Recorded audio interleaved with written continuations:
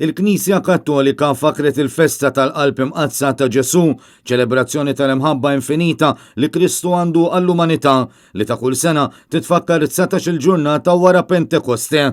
Għal dan il-jum waqt qudiesa li mexxa fil-kappella ta' residenza San Vincenz de Paul iddedikata propju lil qalb ta' Ġesu. L-Arċisqof Charles J. Scicluna qal li l-kol kemm aħna għandna bżonn li jkollna qalb mimlija ħeġġa u nar ta' mħabba għal proxmu tagħna.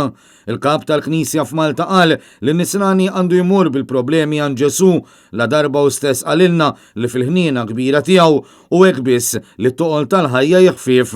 Meta kwota silta mill-passjoni tal-mulej, l-Arċisqof fakkar kif fil-Bibja jingħad li meta s-soldat nifet ġembejn Ġesu ħareġ demmu ilma, id-dem li jissimbolizza l-ħajja u l-ilma li jissimbolizza d-batija iżda wkoll it-tisfija u li għalhekk huma xhieda li tagħna kollox bil-mewt tiegħu fuq is-salib.